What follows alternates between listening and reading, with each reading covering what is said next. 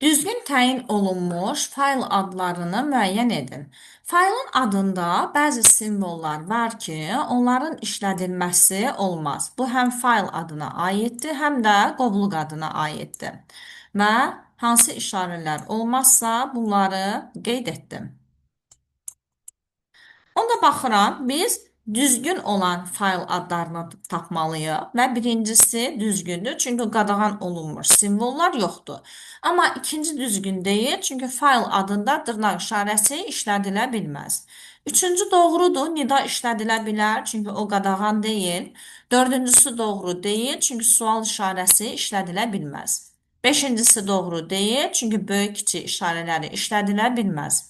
Altıncı doğrudur. Yeddinci doğru deyil, çünki iki nöqtə və bu cür slash işarəsi işlədilə bilməz. Və səkkizinci də doğru deyil, çünki ulduz işarəsi işlədilə bilməz. Biz düzgün təyin olunmuş fayl adlarını müəyyən etməliyik və doğru cavab 1, 3, 6.